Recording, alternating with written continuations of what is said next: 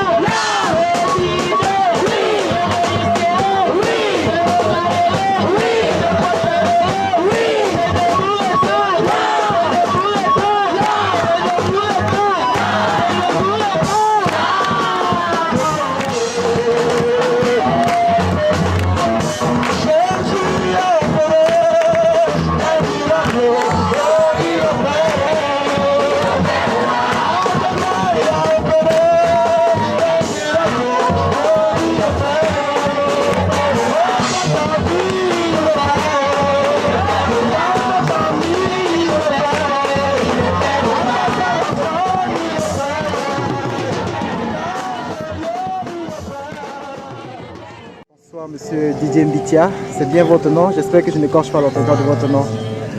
Je ne sais pas si je vais vous appeler pasteur ou docteur, parce que j'ai entendu parler de docteur tout au long de ce séminaire. Je ne sais pas si je vous donne le titre de pasteur ou docteur, ça dépendra de vous.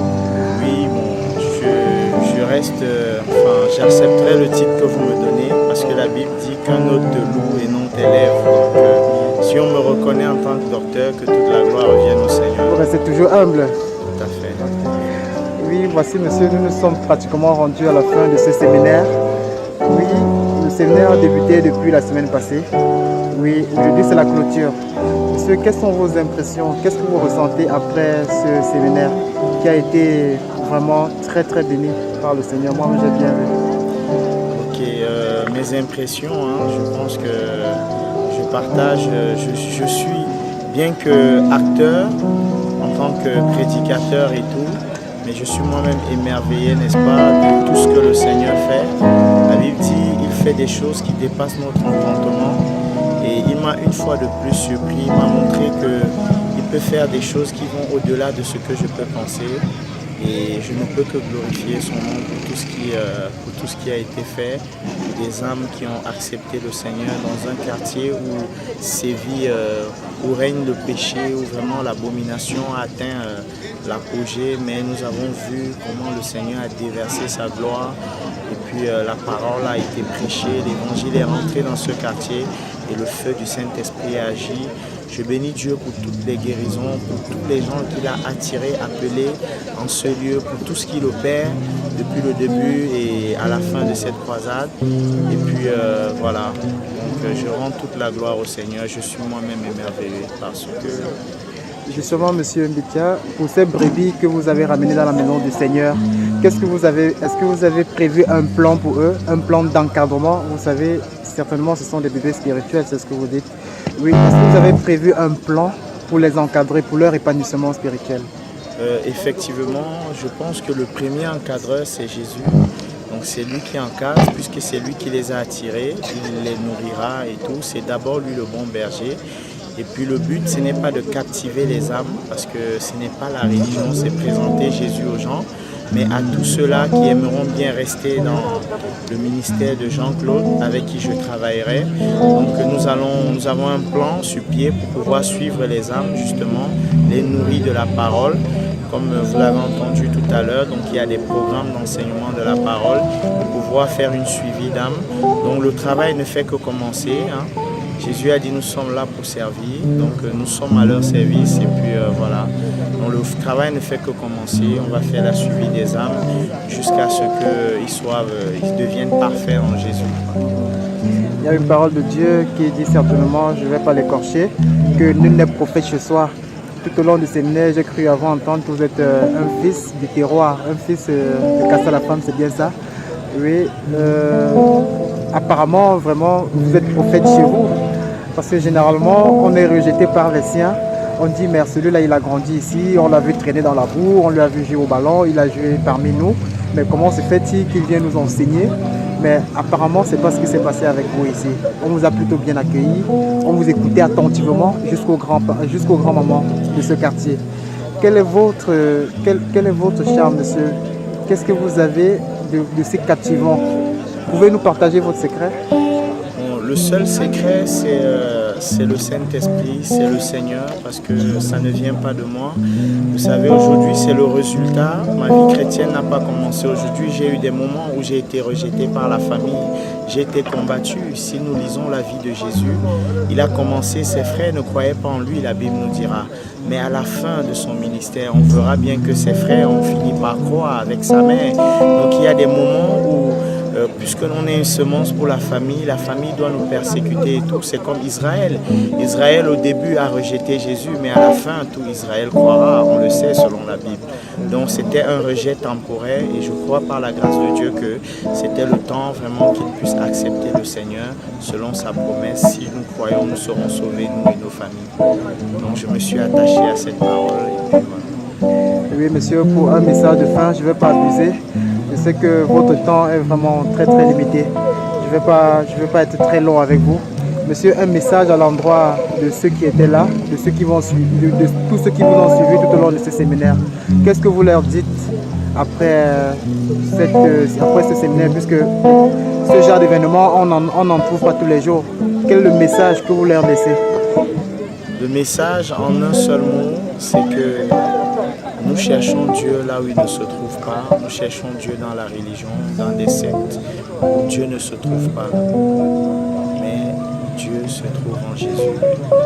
La Bible dit, Marie est allée chercher celui qui est vivant parmi les morts. Cherchons celui qui est vivant là où il y a la vie. Et la vie, c'est une personne, c'est Jésus.